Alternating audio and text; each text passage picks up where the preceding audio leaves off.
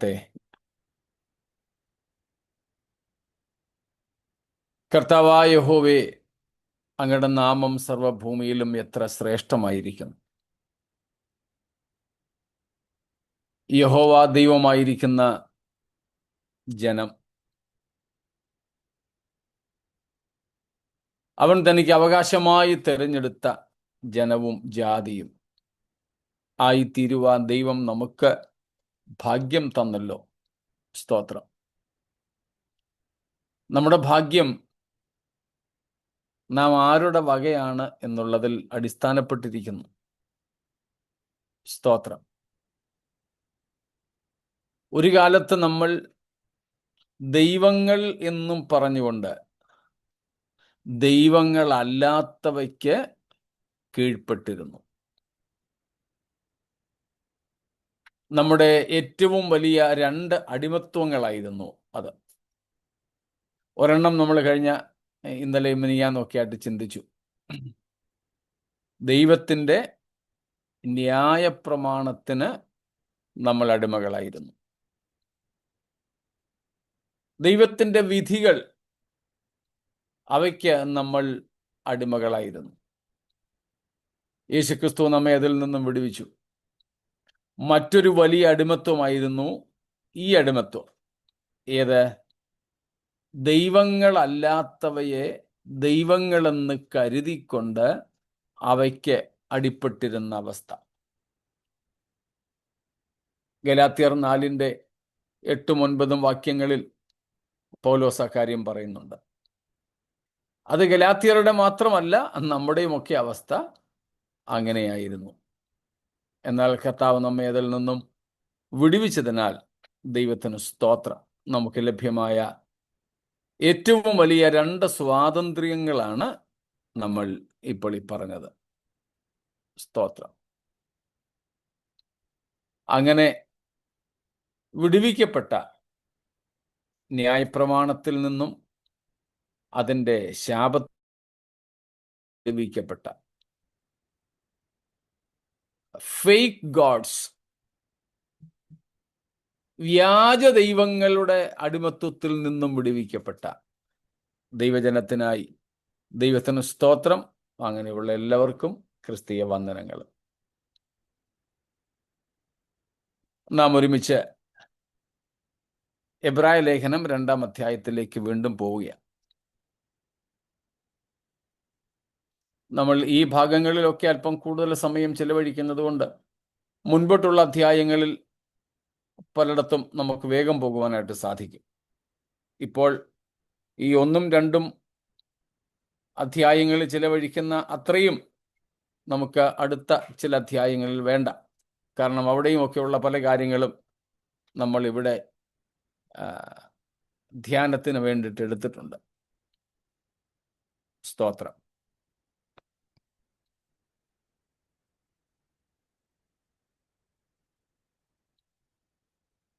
എബ്രായ ലേഖനം 2-ാമത്തെ അധ്യായം 5 മുതലുള്ള വാക്യങ്ങളാണല്ലോ നമ്മൾ ധ്യാനിച്ചു വരുന്നത്. 8ഉം 9ഉം 10ഉം നമുക്കൊന്നും കൂടെ വായിക്കാം. സകലവും അവന്റെ കാൽ കീഴാക്കിയിരിക്കുന്നു എന്ന് ഒരുവൻ ഒരിടത്ത് സാക്ഷ്യം പറയുന്നു. സകലവും അവന് കീഴാക്കിയതിൽ ഒന്നിനെ കീഴ്പ്പെടുത്താതെ വിട്ടിട്ടില്ല. എന്നാൽ ഇപ്പോൾ സകലവും അവന് കീഴ്പ്പെട്ടതായി കാണുന്നില്ല. എങ്കിലും ദൈവകൃപയാൽ എല്ലാവർക്കും വേണ്ടി മരണം ആസ്വദിപ്പാൻ ദൂതന്മാരിലും അല്പം ഒരു താഴ്ച വന്നവനായ യേശു മരണം അനുഭവിച്ചത് കൊണ്ട് അവന് മഹത്വവും ബഹുമാനവും അണിഞ്ഞവനായി നാം കാണുന്നു. സ്തോത്രം. നമ്മൾ ധാരാളമായിട്ട് ഈ ഭാഗങ്ങളിൽ നിന്നും മനസ്സിലാക്കിയ കാര്യമാണ് 5 മുതൽ 8 വരെയുള്ള വാക്യങ്ങൾ ആദാമ്യ കുലത്തെക്കുറിച്ചാണെന്നും 9-ാം വാക്യം മുതൽ നസറായനായ യേശുവിനെ കുറിച്ചാണെന്നും. Son of man in general and son of man in specific.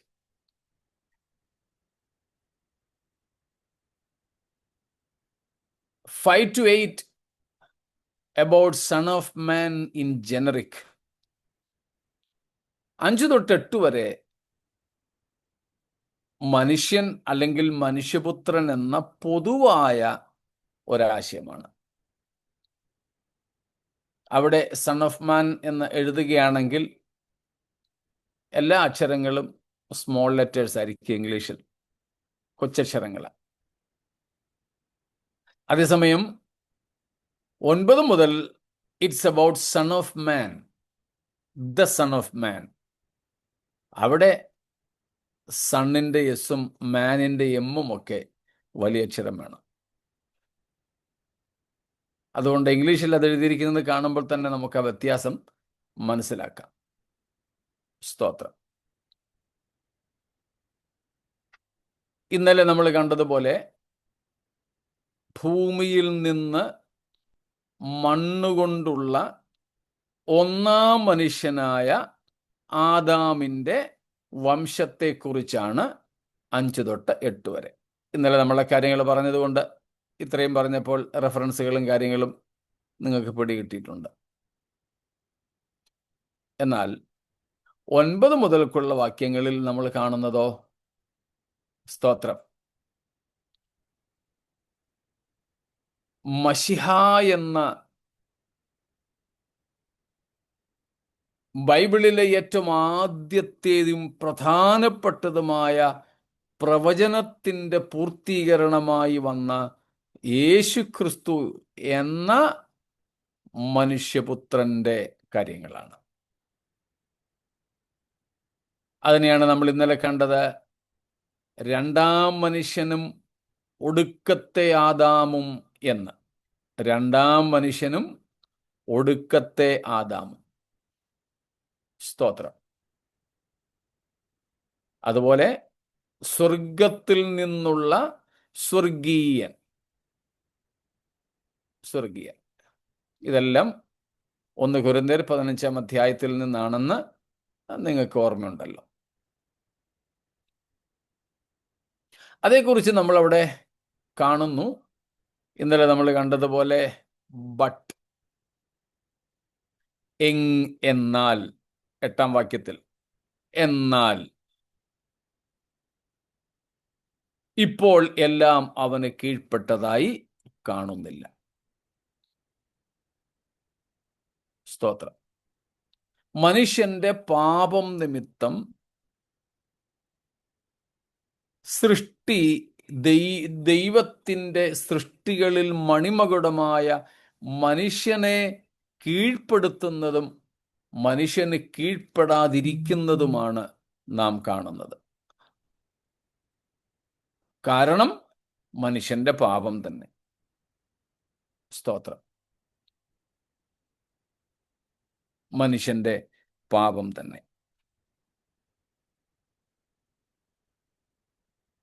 ദൈവം ശപിച്ചു പാപം നിമിത്തം. നമ്മൾ ആ ശാപമൊക്കെ 5-fold കേഴ്സ്, 5 തരത്തിലുള്ള ശാപങ്ങളൊക്കെ കണ്ടിട്ടുണ്ട് ഉൽപ്പത്തി 3-ാമത്തെ അധ്യായത്തിൽ നിന്ന്. മനുഷ്യനെ, ഭാര്യയെ, ഭൂമിയെ, പിന്നെ പാമ്പിനെ,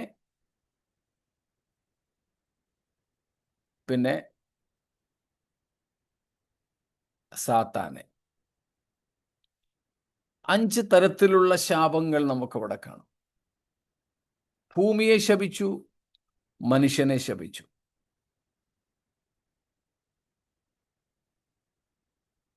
നേരത്തെയും വേല ചെയ്യണമായിരുന്നു. അത് നമ്മൾ കണ്ടതുപോലെ ദൈവസ്വരൂപത്തിൻ്റെ ഭാഗമായിട്ടായിരുന്നു. എന്നാൽ ഇപ്പോൾ മനുഷ്യൻ മുഖത്തെ വിയർപ്പുകൊണ്ട് ഉപജീവിക്കേണ്ട അവസ്ഥ വന്നിരിക്കുന്നു. എന്നാൽ പോലും ചെയ്യുന്ന അധ്വാനത്തിനൊത്ത ഫലം കിട്ടുന്നില്ല. സ്തോത്രം. പകരം ഭൂമിയിൽ നിന്ന് മുള്ളും പറക്കാരയും മുളയ്ക്കുന്നു. കള, വീഡ്സ്, തിസിൽസ്, തോൺസ് ഇതെല്ലാമാണ് ഇന്ന് കഠിനാധ്വാനം ചെയ്യുന്ന മനുഷ്യന് ഭൂമിയിൽ നിന്നും കിട്ടുന്നത്. ഇന്ന് നമുക്കറിയാം, കൃഷി ചെയ്താൽ വളമിട്ട് വെള്ളം ഒഴിച്ച് തടമെടുത്തൊക്കെ നമ്മൾ നട്ടുവെക്കുന്ന സാധനം അത് മുള പോലും പൊട്ടുന്നതിന് മുമ്പ് പണ്ടങ്ങാണ്ട് അവിടെ ഉണ്ടായിരുന്ന ഏതാണ്ട് ഒരു കാട്ടുചെടിയുടെ വേരോ വിത്തോ കൊണ്ട് ഭയങ്കരമായിട്ട് വളരുന്ന കാട്ടുചെടികൾ.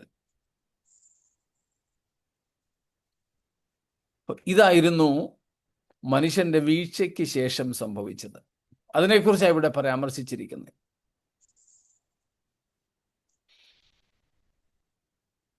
അങ്ങനെ ആയതുകൊണ്ടെന്താ, അതുവരെ 100 മേനി വിളവ് കൊടുത്തുകൊണ്ടിരുന്ന 100 ഫോൾഡ് 100 മേനി വിളവ് കൊടുത്തുകൊണ്ടിരുന്ന ഭൂമി ഇപ്പോൾ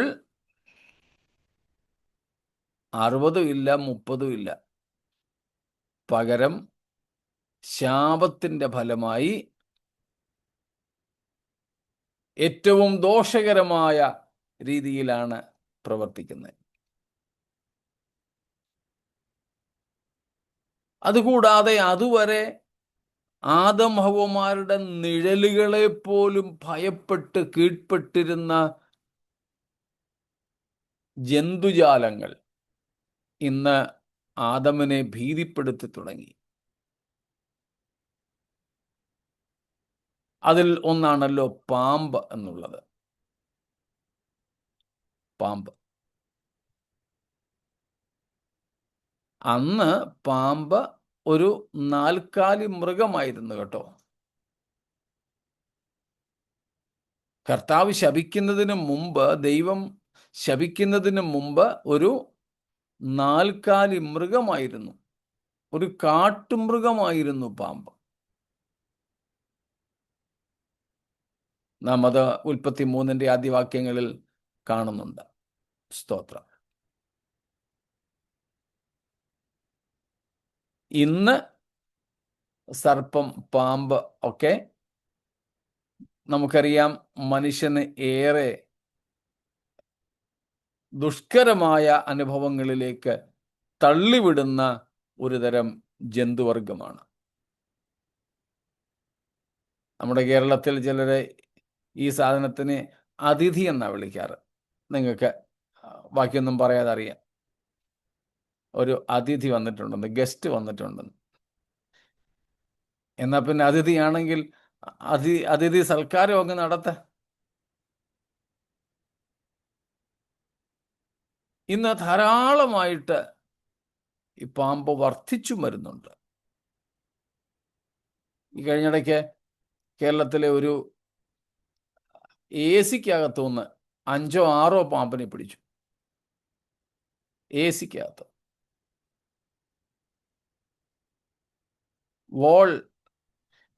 വിൻഡോ AC അല്ല, വോളിൽ വെച്ചിരിക്കുന്ന സ്പ്ലിറ്റ് AC-യിൽ നിന്ന് ധാരാളമായിട്ടുണ്ട്. ഞാൻ ജസ്റ്റ് ഗൂഗിളിലൊന്ന് നോക്കി. ഞാൻ നേരത്തെ കേട്ടിട്ടുള്ള വാർത്തയാണ്, പേപ്പറിൽ വായിച്ചിട്ടുമുണ്ട്. എങ്കിലും ഗൂഗിളിൽ ഒന്ന് നോക്കിയപ്പോൾ കണ്ടതാണ്, every year 81,000 to 1,38,000 people or deaths are there by snake bite. ഓരോ വർഷവും 81,000 തൊട്ട് 1,38,000 വരെ ആൾക്കാർ ലോകത്തിൽ മൊത്തമായി എല്ലാ വർഷവും പാമ്പ് കടിയേറ്റ് മരിക്കുന്നു.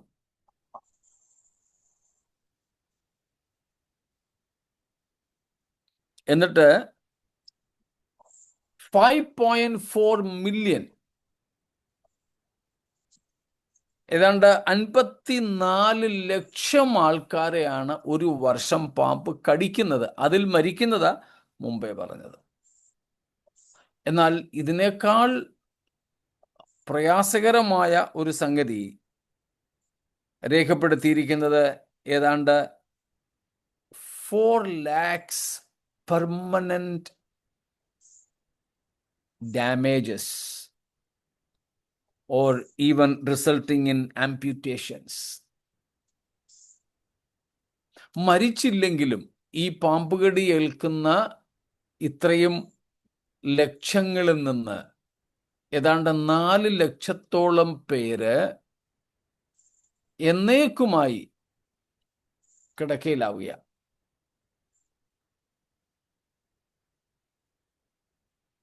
ഒരൊറ്റ ഉദാഹരണം കാണിച്ചതാണ്. അതിനിയും വർദ്ധിക്കുന്നു. അതുപോലെ തന്നെ കാട്ടുമൃഗങ്ങൾ, ഇന്നത്തെ വലിയ ഭീകരതയല്ലേ അത്. നമ്മുടെ തിരുവല്ല സിറ്റിയിൽ കൂടെ പോലും കാട്ടുപന്നിയുടെ ജാഥ കാണാം. കാട്ടുപന്നികളുടെ ജാഥ.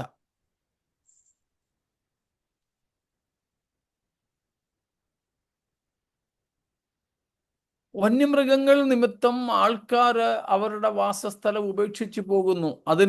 അതിനനുസരിച്ച് കാട്ടുമൃഗങ്ങൾ നാട്ടിലേക്ക് ഇറങ്ങുന്നു. ഇതെല്ലാം ഞാൻ ഈ പറഞ്ഞത് എന്താ? മനുഷ്യന്റെ പാപം നിമിത്തം ഉണ്ടായ വീഴ്ചയെ ഒന്നെടുത്ത് കാണിക്കാൻ വേണ്ടിയാ.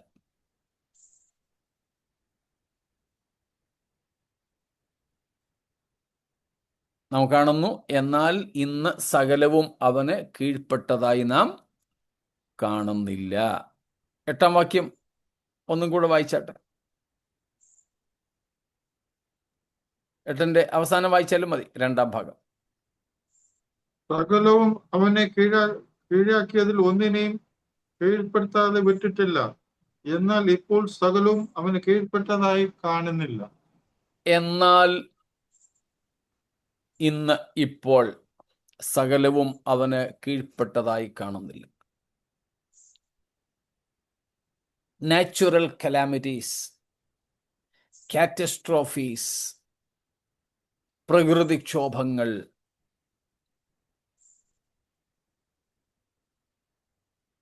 കാലാവസ്ഥാ വ്യതിയാനങ്ങൾ, ക്ലൈമാറ്റിക് ചേഞ്ചസ്, കാലാവസ്ഥാ വ്യതിയാനങ്ങൾ. പണ്ട് ഫാൻ പോലും ഇല്ലാതിരുന്ന സ്ഥലങ്ങളിൽ ഇന്ന് AC വെച്ചേ കിടക്കാൻ പറ്റുള്ളൂ.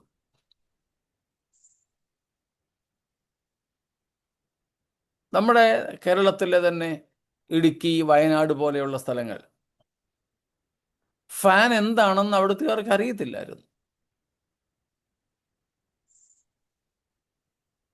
പക്ഷെ ഇപ്പോഴും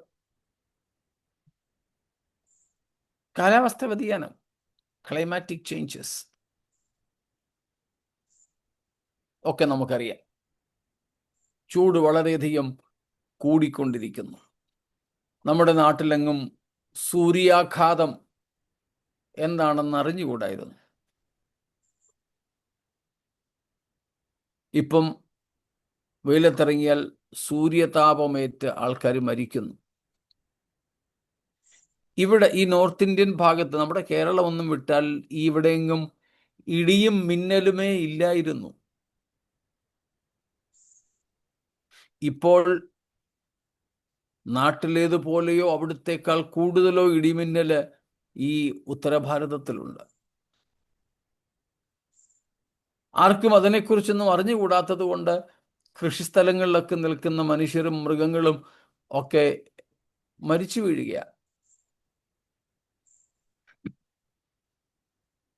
ഇതെല്ലാം തന്നെ ഈ പറയപ്പെടുന്ന പാപത്തിന്റെ പരിണിത ഫലങ്ങളാണ്. ഇവയൊന്നും തന്നെ ഇന്ന് മനുഷ്യന് കീഴ്പ്പെട്ടതായി കാണുന്നില്ല. അപ്പോഴാണിതാ ഒരാൾ വരുന്നു, ദൂതന്മാരെക്കാൾ അല്പം താഴ്ന്നവനായി. സ്തോത്രം. നാം കാണുന്നത് ആദാമിന് നഷ്ടപ്പെട്ടതെല്ലാം ഒടുക്കത്തെ ആദാം എന്ന നിലയിൽ യേശു ക്രിസ്തു തിരികെ പ്രാപിക്കുന്നു. ആ ക്രിസ്തുവിലൂടെ നമുക്കും അത് തിരികെ ലഭിക്കുന്നു. സ്തോത്രം. നമുക്ക് ഓർമ്മ കാണുമല്ലോ, നമ്മൾ കുറച്ച് നാളുകൾക്ക് മുമ്പ് യേശുക്രിസ്തുവിന്റെ ജഡധാരണത്തിന്റെ ഉദ്ദേശങ്ങളെ പറ്റി പഠിച്ചിരുന്നു. ഓർമ്മയുണ്ടോ ആർക്കെങ്കിലും? The purpose of Christ became flesh. The purpose of Jesus' human birth. 4 കാര്യങ്ങൾ നമ്മൾ പറഞ്ഞിരുന്നു.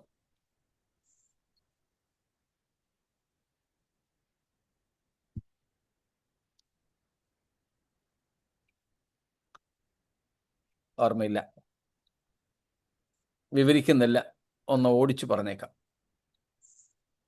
ഈ 9-ാം വാക്യത്തോടുള്ള ബന്ധത്തിൽ ഒന്ന്,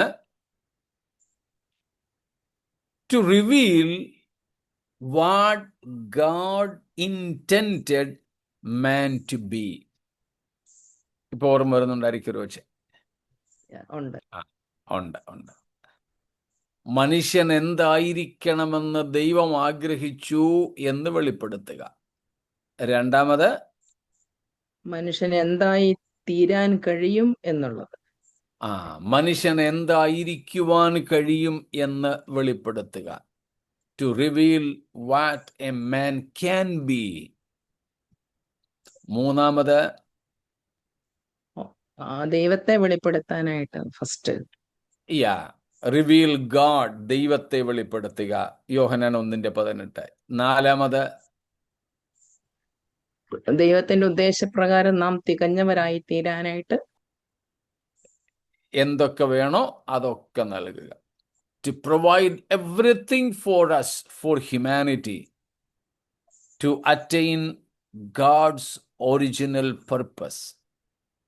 ദൈവം നമ്മെ എന്തിനു വേണ്ടി ആഗ്രഹിച്ചുവോ അത് ആയിത്തീരാൻ നമുക്ക് വേണ്ടതെല്ലാം നൽകിത്തരിക.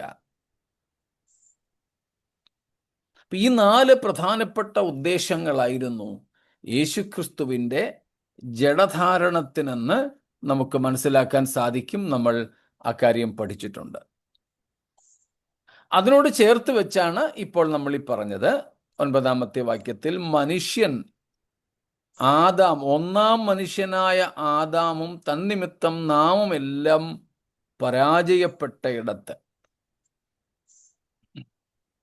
വീണുപോയ ഇടത്ത് ദൂതന്മാരിലും ഒരൽപ്പം മാത്രം താഴ്ച വന്നവനായ യേശുക്രിസ്തു വന്നു.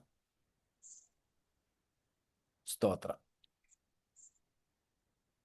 വന്നിട്ട് ഈ കാര്യങ്ങളൊക്കെ കാണിച്ചിട്ട് he regained the lost honor and glory. But it was on the cross. സ്തോത്രം. ക്രൂശിൽ യേശു നമുക്കെല്ലാവർക്കും വേണ്ടി പാപയാഗമായി തീർന്നപ്പോൾ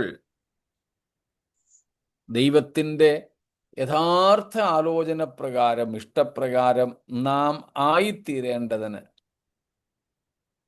വേണ്ടതെല്ലാം അവിടുന്ന് നൽകി തന്നു. സ്തോത്രം. ഇത്രയുമായിരുന്നു നമ്മൾ ചിന്തിച്ചത്, പഠിച്ചത്. ഇനി നമുക്ക് മുൻപോട്ട് പോകാം. എന്തെങ്കിലും ഇതുവരെ ഉള്ളതിൽ ചോദ്യങ്ങളുണ്ടോ?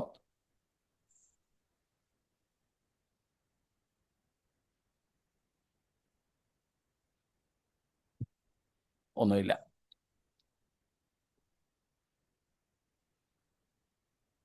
എങ്കിൽ നമുക്കിനി നോക്കാം.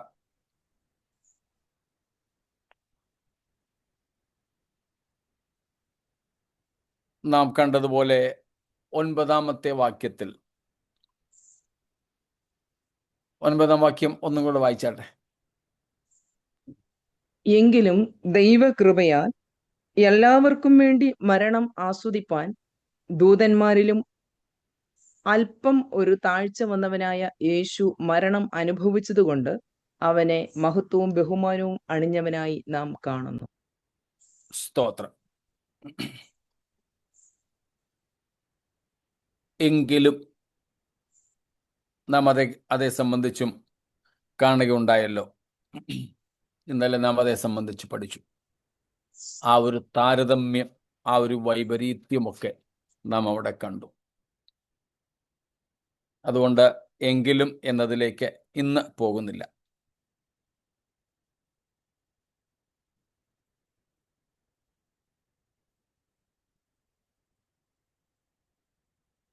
യേശുക്രിസ്തു ദൂതന്മാരിലും അല്പം താഴ്ച വന്നവനെന്ന് പറഞ്ഞാൽ യേശുക്രിസ്തുവിൻ്റെ മനുഷ്യത്വമാണ് അവിടെ നാം കാണുന്നത്.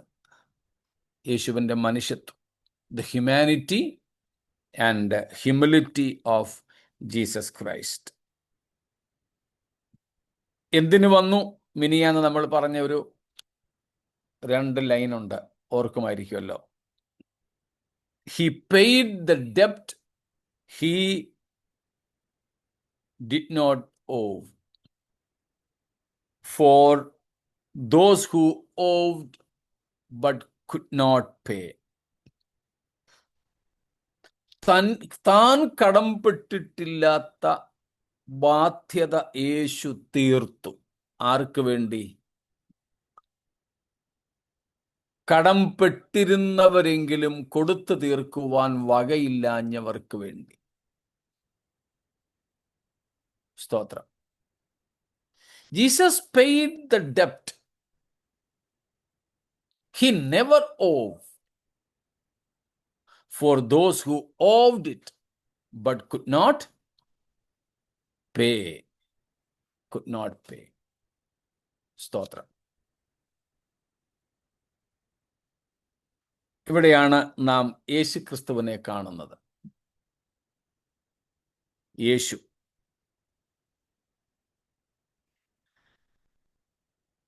എബ്രായ ലേഖനത്തിനകത്ത് നമ്മൾ കണ്ടായിരുന്നല്ലോ, ഈ 2:9 യേശുവിനെ യേശു എന്ന പേരുകൊണ്ട് പരിചയപ്പെടുത്തിയിരിക്കുന്നത്. യേശുവിൻ്റെ വ്യക്തിത്വം, യേശുവിൻ്റെ ആളത്വം, യേശുവിൻ്റെ മഹത്വം എല്ലാം നമ്മൾ 1-ാമത്തെ അധ്യായം 1-ാം വാക്യം മുതൽ തന്നെ കണ്ടതാണ്. A very good number of descriptions about Jesus Christ, his glory, his exaltation, all those things we have seen from the very first words of this epistle. But here is the first mention of the personal name of Jesus. സ്തോത്രം. യേശു എന്ന വ്യക്തിപരമായ പേര് നമുക്കിവിടെയാണ് കാണാൻ സാധിക്കുക. എബ്രായ ലേഖനത്തിൽ യേശുക്രിസ്തുവിനെ കുറിച്ച് പരാമർശിച്ചിട്ടുള്ള വേറെ ചില വാക്യങ്ങൾ കൂടെ ഞാൻ പറഞ്ഞുവിടാം. കിട്ടുന്നില്ലെങ്കിൽ, എഴുതേണ്ടവരുണ്ടെങ്കിൽ ചോദിച്ചാൽ വീണ്ടും പറയാം, ഇല്ലെങ്കിൽ ഒന്ന് പറഞ്ഞു വിടുന്നതേ ഉള്ളൂ. എല്ലാം എബ്രായ ലേഖനമാണ്. 2:9, 2:9 ഇപ്പം നമ്മൾ നോക്കിക്കൊണ്ടിരിക്കുന്നത്.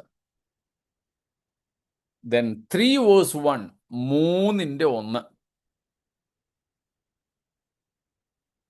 4:14, 4:14,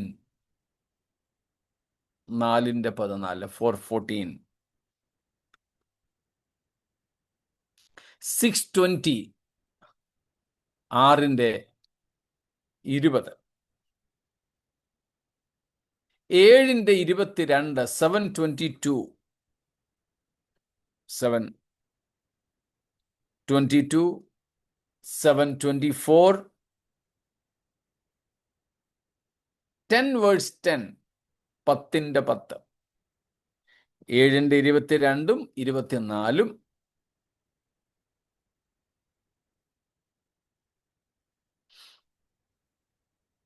എബ്രായർ 10:10, 10:10 and 10:19, 10:19, 12:2, 12:2, also 24, 12:24, 12:24, 13:8, 13:8,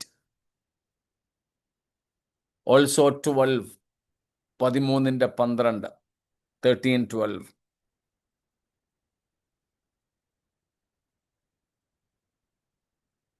13:20, 13:20. And also 21. എല്ലാവർക്കും കിട്ടിക്കാണുമല്ലോ.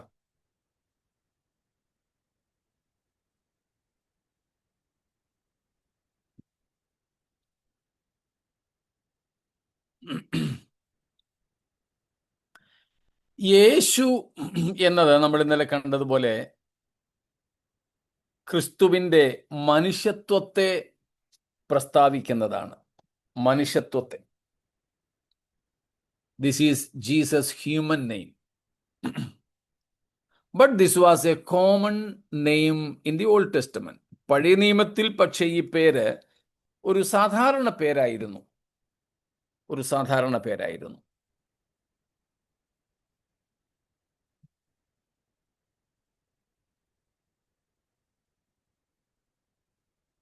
നമ്മൾ ഇന്നലെയും ഒക്കെ കണ്ടിരുന്നു ആ പേരിന്റെ അർത്ഥം. The Lord saves. യഹോവ അല്ലെങ്കിൽ കർത്താവ് രക്ഷിക്കുന്നു എന്നുള്ളതാണ്. രക്ഷകൻ എന്നതാണ്. The Savior. Jehovah is salvation. അതാണ് ജോഷുവ അല്ലെങ്കിൽ യേശുവായുടെ അർത്ഥം. The Lord, that means Yahweh, is salvation. യഹോവ എൻ്റെ രക്ഷ. 27-ാം സങ്കീർത്തനം നമുക്കറിയാം. യഹോവ എൻ്റെ രക്ഷയും എൻ്റെ വെളിച്ചവും ആകുന്നു. അതാണ് ഈ പേരിൻ്റെ അർത്ഥം. സ്തോത്രം. എന്നിട്ട്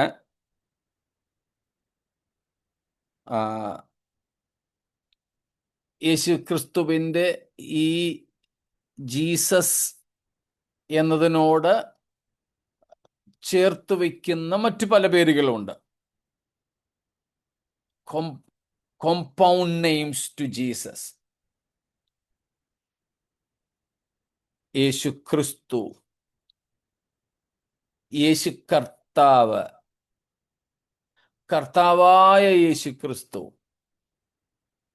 ക്രിസ്തു യേശു, ഇങ്ങനെ വിവിധ പേരുകൾ യേശു എന്നതിനോട് ചേർത്ത് നമുക്ക് ബൈബിളിൽ പലയിടത്തും കാണുവാനായിട്ട് സാധിക്കും.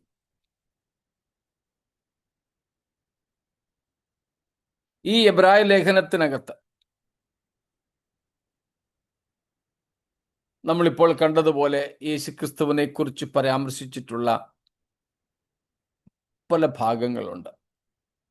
ചിലയിടത്ത് ആശയമോ അല്ലെങ്കിൽ ഉദ്ദേശമോ വ്യത്യസ്തമായിരിക്കാം.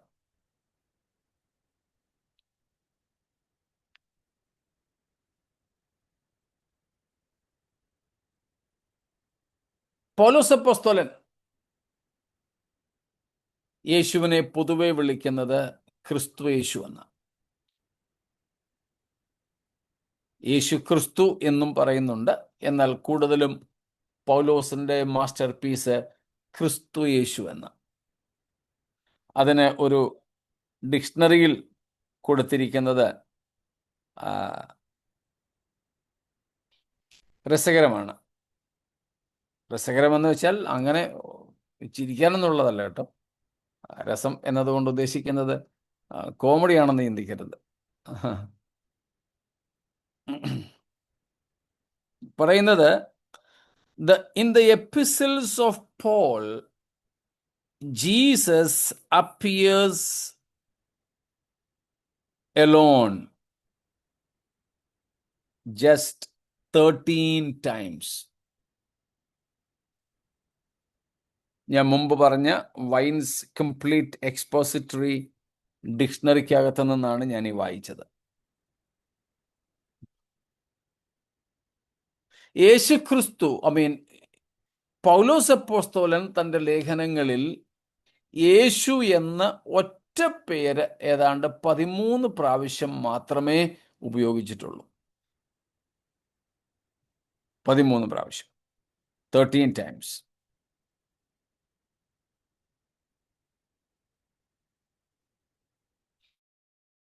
എബ്രായ ലേഖനത്തിനകത്ത് 8 പ്രാവശ്യം യേശു എന്ന മാത്രമുള്ള പേരാകട്ടോ. നമ്മൾ മുമ്പ് എഴുതിയത് ക്രിസ്തുവേശുവും കർത്താവായ യേശു ക്രിസ്തു ഒക്കെ കൂടെ ചേർന്നുള്ളത്, അതുകൊണ്ട് 8 ഉണ്ട്.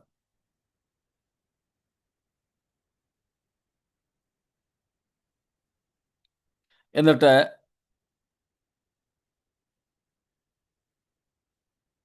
എബ്രായ ലേഖനത്തിനകത്ത് 13:20 വായിക്കാമോ? 13:20.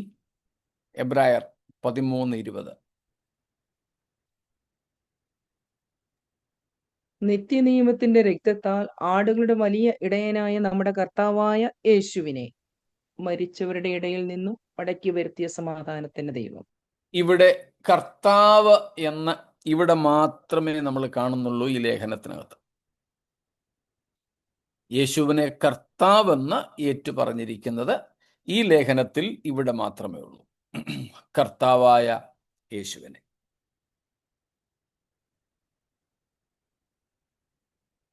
സ്തോത്രം. പൗലോസ് അപ്പോസ്തലൻ ഒഴികെയുള്ള മറ്റ് ലേഖകരൊക്കെ യേശുക്രിസ്തു എന്നൊരു പ്രയോഗമാണ് കൂടുതലും നടത്തുന്നത്. എന്നാൽ പൗലോസ് അധികവും വിളിക്കുന്നത് ക്രിസ്തു യേശു എന്നാണ്. ക്രിസ്തു യേശു അല്ലെങ്കിൽ ക്രിസ്തേശു.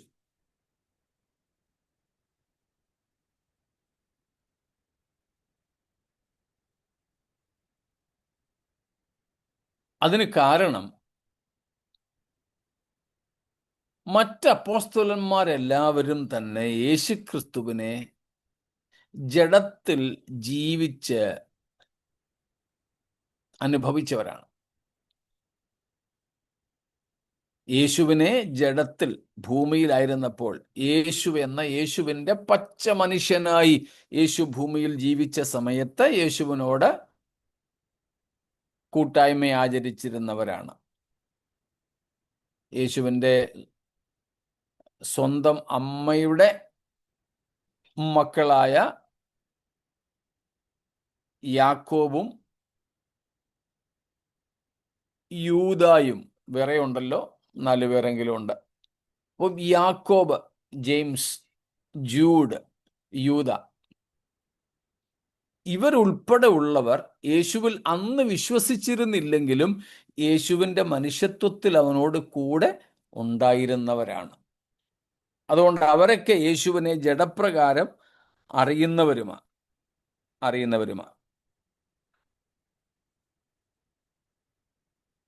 എന്നാൽ പൗലോസ് യേശുവിനെ അറിഞ്ഞു തുടങ്ങിയത് തന്നെ അവൻ്റെ മഹത്വം കണ്ടുകൊണ്ടാണ്, തേജസ് കണ്ടുകൊണ്ടാണ്.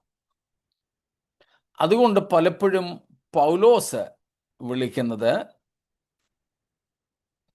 ഈ ക്രിസ്തുയേശു എന്ന ഒരു പേരിലാണ്. ക്രിസ്തുയേശു എന്നാണ്. അതിലെഴുതിയിരിക്കുന്നത് ക്രൈസ്റ്റ് ജീസസ് സജസ് his grace and Jesus Christ about his glory. മനസ്സിലായോ? പൗലോസ് 2 പ്രയോഗങ്ങൾ നടത്തുന്നുണ്ട്, ക്രിസ്തു യേശുവെന്നും യേശു ക്രിസ്തുവെന്നും. അതിൽ ക്രിസ്തുയേശു എന്ന് രേഖപ്പെടുത്തിയിരിക്കുന്നിടമൊക്കെ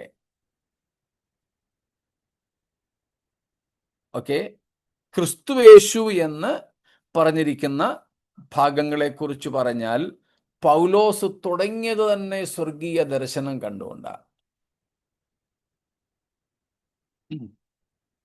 അത് മനുഷ്യനോടുള്ള ദൈവത്തിൻ്റെ കൃപയെക്കുറിച്ച് പറയുന്നു. കാരണം he was the Christ. He was the magnified. He was the glorious. സ്തോത്രം.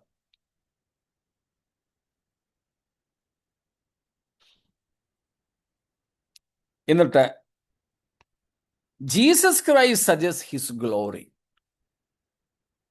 അപ്പോൾ ക്രിസ്തു യേശു എന്നത് നമ്മളോടുള്ള ദൈവത്തിൻ്റെ കൃപ, അതിനെ വെളിപ്പെടുത്തുന്നു. ഇത്ര മഹത്വവാനായ ദൈവം തൻ്റെ മഹത്വം വിട്ടിട്ടാണ് ഭൂമിയിലേക്ക് ഇറങ്ങി വന്നു. സ്തോത്രം.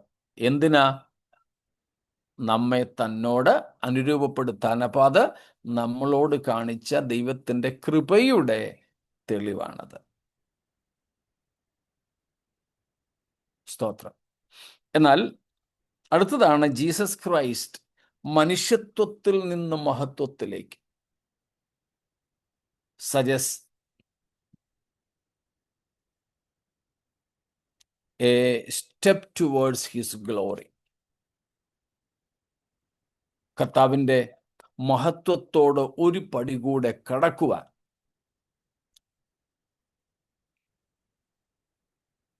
ആ ക്രിസ്തു തൻ്റെ മഹത്വം വെടിഞ്ഞ് ഭൂമിയിലേക്ക് വന്നതിനെ ഒന്ന് കാണിക്കുമ്പോൾ, മറ്റൊന്ന് തന്നെത്താൻ താഴ്ത്തിയ കർത്താവിനെ ദൈവം ഏറ്റവും ഉയർത്തുന്നതായിട്ട്.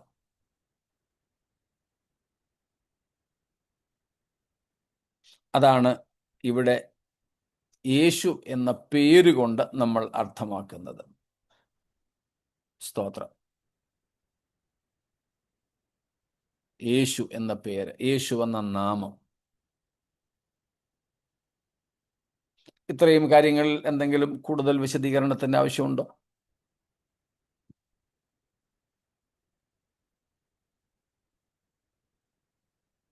ഇല്ലെങ്കിൽ ഒന്നും കൂടെ 9-ാം വാക്യം വായിച്ചാട്ടെ.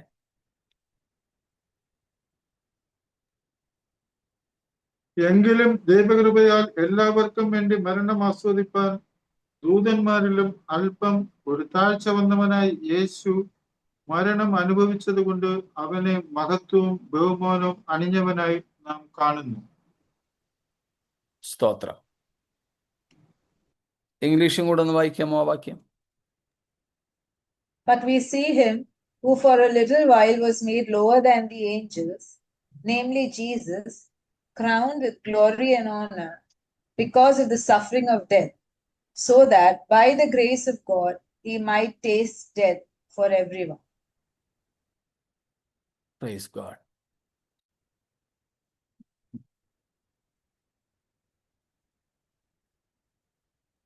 നമ്മോടെ കാണുന്നത് but we are able to see Jesus. കാണുന്നു, നാം കാണുന്നു. ഇന്നലെ നമ്മൾ അതിനെക്കുറിച്ച് കണ്ടു. 8-ാം വാക്യത്തിൽ പറയുന്നു കാണുന്നില്ല, 9-ാം വാക്യത്തിൽ വന്നപ്പോൾ കാണുന്നു. ഇന്നലെ നമ്മളത് പറഞ്ഞായിരുന്നു. അവിടെ കൊടുത്തിരിക്കുന്ന ആ പ്രയോഗം, സ്തോത്രം, ബട്ട് വി ഡു സീ, ബ്ലിപ്പോ, പ്രസന്റ് ടെൻസിൽ വർത്തമാനകാല പ്രയോഗത്തിലാണ് കൊടുത്തിരിക്കുന്നത്.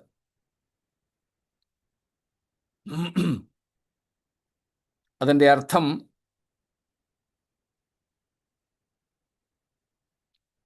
look unto him continuously. കർത്താവിനെ സൂക്ഷിച്ച് നിരന്തരമായി നോക്കിക്കൊണ്ടേയിരിക്കുക എന്ന്. നോക്കിക്കൊണ്ടേയിരിക്കുക, continually see him.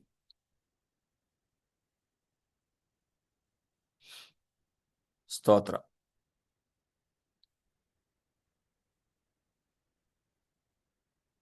മാക്കാർത്തർ പറയുന്ന ഒരു കാര്യവും കൂടെ ഈ കൂട്ടത്തിൽ ഓർമ്മപ്പെടുത്തിയേക്കാം. Man's revealed destiny restricted by sin has been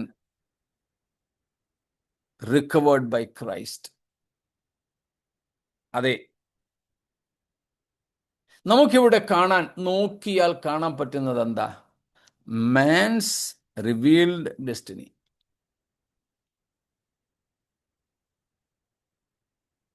മനുഷ്യൻ എന്തായിരിക്കണമായിരുന്നെന്ന് ദൈവം വെളിപ്പെടുത്തിയ ആ ഒരു സംഗതി.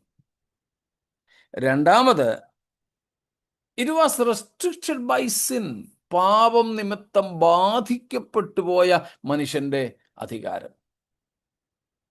The beautiful thing yet to come, that is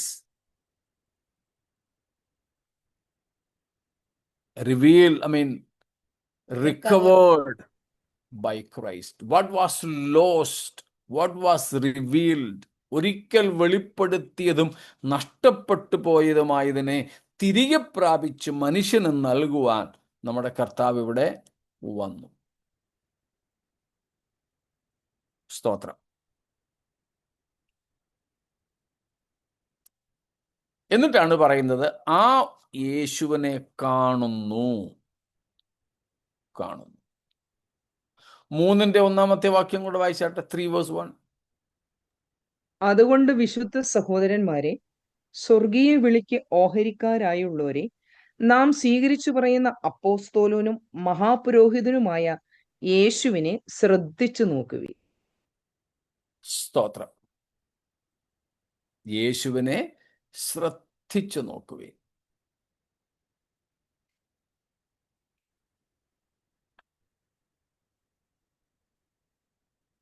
ഇവിടെ അത് തന്നെയാണ് നാം കാണുന്നത്.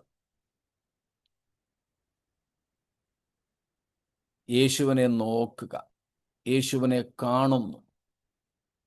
അതിനവിടെ പറയുന്നത് നോക്കിക്കൊണ്ടേയിരിക്കുക എന്നാണ്.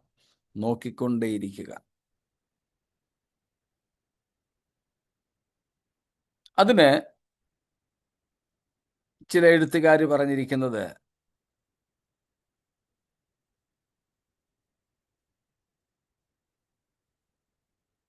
മുമ്പേ പറഞ്ഞതുപോലെ നോക്കിക്കൊണ്ടേയിരിക്കണം. എന്നിട്ട് we see Jesus because of what the Lord Jesus has done, we behold him. അവന്റെ രക്ഷണീയ പ്രവർത്തികൾ നിമിത്തം നമുക്ക് കർത്താവിനെ നോക്കണം. This is not about a casual look. Just ചുമ്മാ ഒന്ന് കാണാൻ വേണ്ടിയുള്ള നോട്ടമല്ല.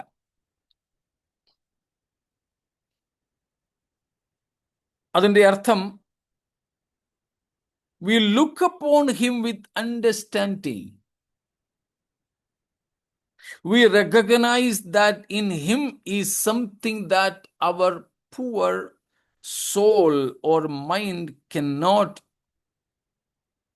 grasp.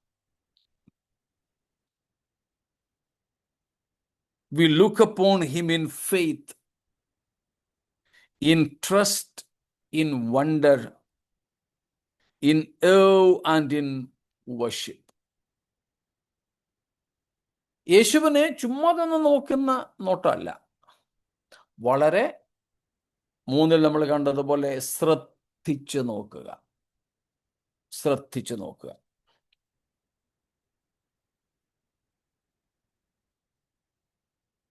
മനസ്സിലാക്കാൻ വേണ്ടിയും മനസ്സിലാക്കിക്കൊണ്ടും നോക്കുക. ശ്രദ്ധിക്കുക എന്നൊക്കെയാണ് അതിൻ്റെ അർത്ഥം. സ്തോത്രം. നമ്മുടെ കൊച്ചു മനസ്സുകൾക്ക് ഗ്രഹിക്കുവാൻ കഴിയുന്നതിലും വലുതായത്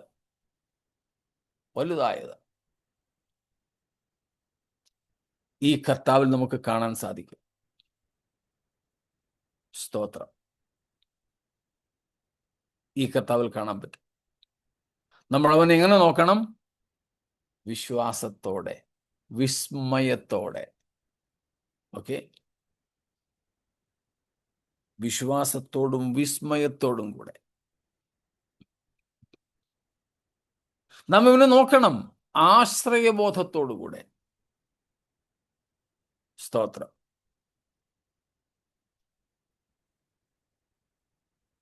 മനസ്സിലാവുന്നുണ്ടല്ലോ? ആരാധനയോടുകൂടെ നാം അവനെ നോക്കണം. ഉണ്ടല്ലോ നമ്മുടെ ഇടയിൽ തന്നെ ചിലരെയൊക്കെ നമ്മൾ നോക്കിയാൽ അവരെ തന്നെ നമ്മൾ നോക്കിക്കൊണ്ടേയിരിക്കും.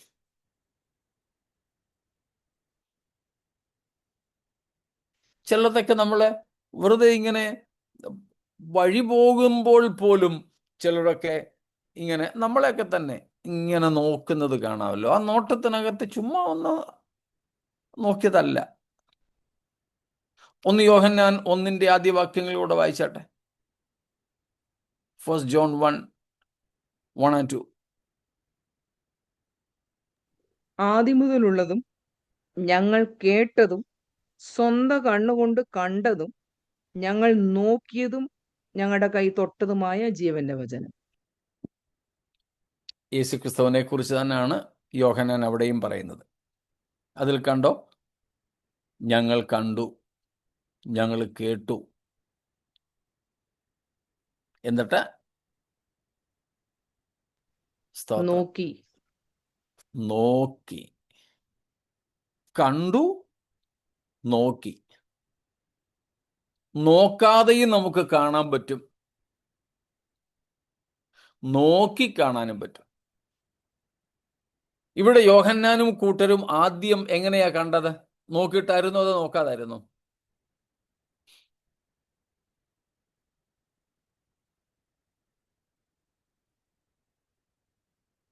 We have heard യോഹന്നാനും കൂട്ടരും യേശുവിനെ ചുമ്മാതൊന്ന് കണ്ടതായിരുന്നു. സ്തോത്രം.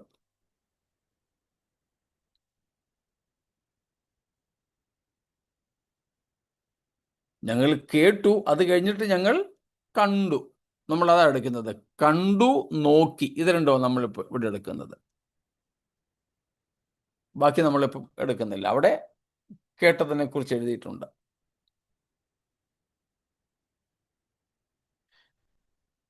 ജീവൻ ഞങ്ങൾ കേട്ടതും ഞങ്ങൾ കണ്ടതും പിന്നെ ഞങ്ങൾ നോക്കിയതും. അപ്പോൾ കണ്ടതെന്ന് പറയുമ്പോൾ കാണാൻ വേണ്ടി നോക്കാതെ കണ്ടതാണ്. കാണാൻ വേണ്ടി നോക്കിയതല്ല, നോക്കാതെ കണ്ടതാ. കണ്ടു കഴിഞ്ഞപ്പോൾ ഞങ്ങൾ സ്തോത്രം, ആഹാ ഇത് കൊള്ളാമല്ലോ, ഒന്നുകൂടെ നോക്കി, ഒന്നുകൂടെ നോക്കി, ഒന്നും കൂടെ നോക്കി.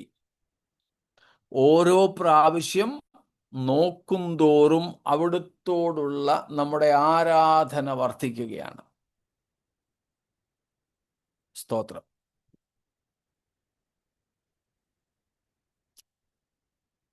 മനസ്സിലാവുന്നുണ്ടല്ലോ? അങ്ങനെ നോക്കാനാണ് നമുക്ക് എബ്രായലേഖനത്തിലുമുള്ള ആഹ്വാനം. സൂക്ഷിച്ച്, സ്തോത്രം, നോക്കുക. We see Jesus. യേശുവിനെ നാം ഇന്ന് കാണണം. കാണുമ്പോൾ പുറമേ കാണുന്നതിൽ നിന്നും നമ്മൾ ആഴത്തിലേക്ക് ഇറങ്ങും.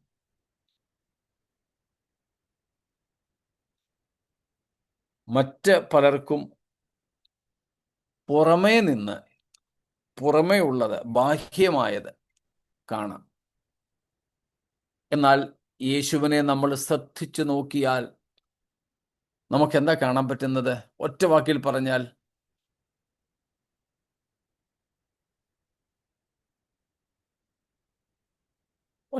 പറഞ്ഞാൽ എന്താ നമുക്ക് കാണാൻ പറ്റുക? യേശുവിനെ ഇങ്ങനെ സൂക്ഷിച്ചു നോക്കിയാൽ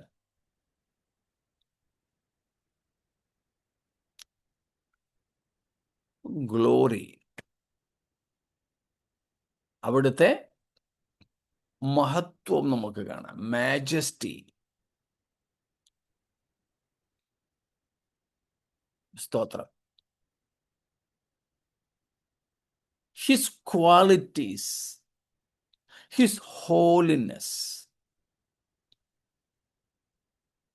സ്തോത്രം. അപ്പോൾ യേശുവിനെ കാണുക.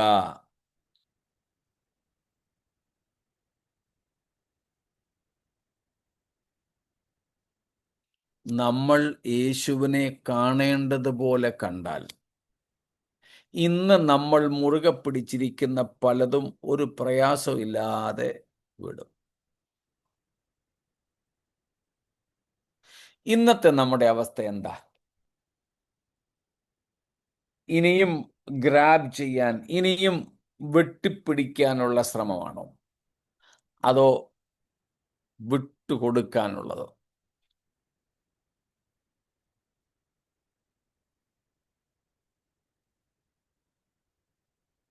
സ്തോത്രം. ചോദ്യം മനസ്സിലായോ?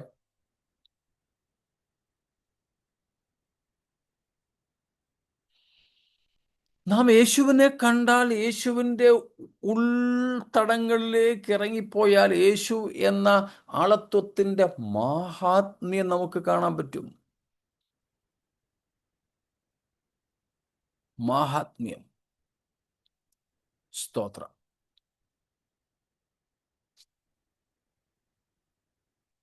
അങ്ങനെ കർത്താവിൻ്റെ മാഹാത്മ്യം നമ്മൾ കണ്ടാൽ, സ്തോത്രം, കണ്ടാൽ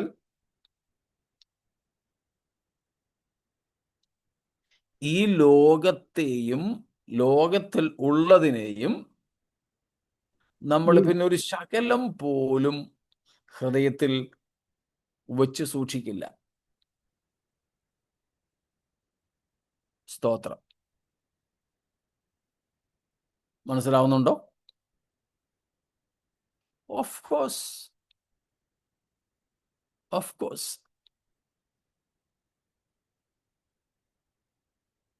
യേശു കർത്താവ് മത്തായി 13-ാമത്തെ അധ്യായത്തിൽ പറഞ്ഞ ഉപമ പോലെ 7 ഉപമകളുണ്ടല്ലോ, അതിൽ ഒരെണ്ണം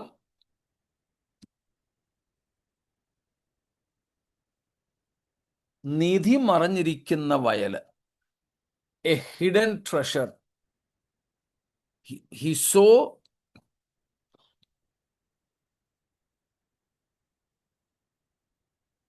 what? The hidden treasure in that field. And therefore he went and sold everything out and came back, purchased that particular land.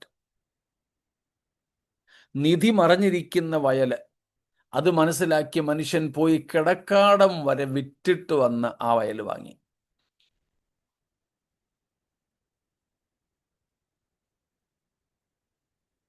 സ്തോത്രം. നമുക്കറിയാം, ഫിലിപ്പ് ലേഖനം 3-ാം അധ്യായത്തിന്റെ 8-ാമത്തെ വാക്യം, ഫിലിപ്പീൻസ് 3:8.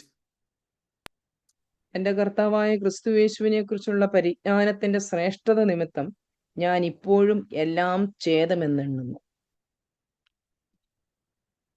2 പത്രോസ്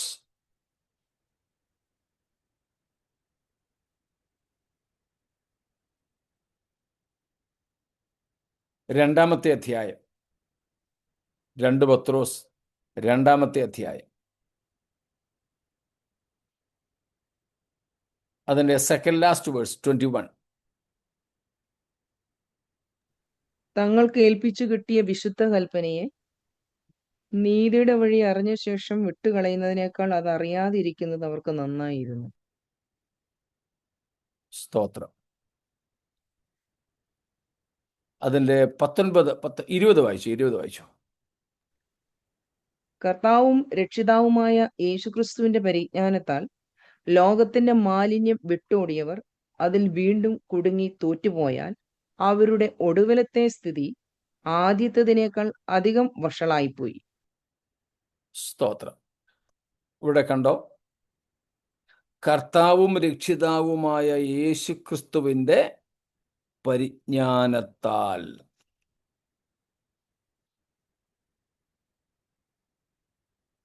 ക്രിസ്തുവേശുവിന്റെ പരിജ്ഞാനത്താൽ എന്ത് ചെയ്തവർ? ലോകത്തിന്റെ മാലിന്യങ്ങളെ വിട്ടോടിയവർ. If we look unto Jesus, then easily we will renounce even the very best of this world. സ്തോത്രം. മനസ്സിലായോ? നമ്മൾ കർത്താവിന്റെ പരിജ്ഞാനം പ്രാപിച്ചാൽ ഇന്ന് നമ്മൾ വിലയേറിയതായി കാണുന്ന പലതും അന്ന് അങ്ങനെ തോന്നില്ല. അതിന് നമുക്ക് കർത്താവിനെ സൂക്ഷിച്ച് നോക്കണം. സ്തോത്രം. നമുക്ക് യേശുവിനെ ഒന്ന് നോക്കാം. Praise God. അവനെ നോക്കിയാൽ നമുക്ക് എന്തൊക്കെ ലഭിക്കും, എന്തൊക്കെ മനസ്സിലാകും. നമുക്കിന്ന് രാത്രി ഈ കർത്താവിനെ കാണാനായിട്ടൊന്ന് ഏൽപ്പിക്കാം. We need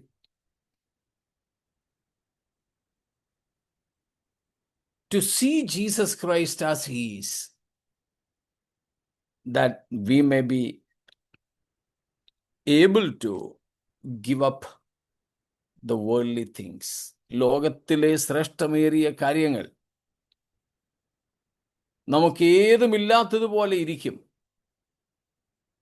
ആ സ്വർഗീയ ദർശനം, ക്രിസ്തുവേശുവിനെ കുറിച്ചുള്ള പരിജ്ഞാനം നമുക്ക് പ്രാപിക്കുവാൻ കഴിഞ്ഞാൽ, ആയതിനായിട്ട് നമ്മെ തന്നെ നമുക്ക് സമർപ്പിക്കാം. ദൈവകരങ്ങളിൽ നമുക്ക് ഏൽപ്പിക്കാം. ഈ വചനങ്ങളാൽ ദൈവം നമ്മെ അനുഗ്രഹിക്കുമാറാകട്ടെ. എബ്രഹാം ജോസഫ് പാസ്റ്റർ പ്രാർത്ഥിച്ച്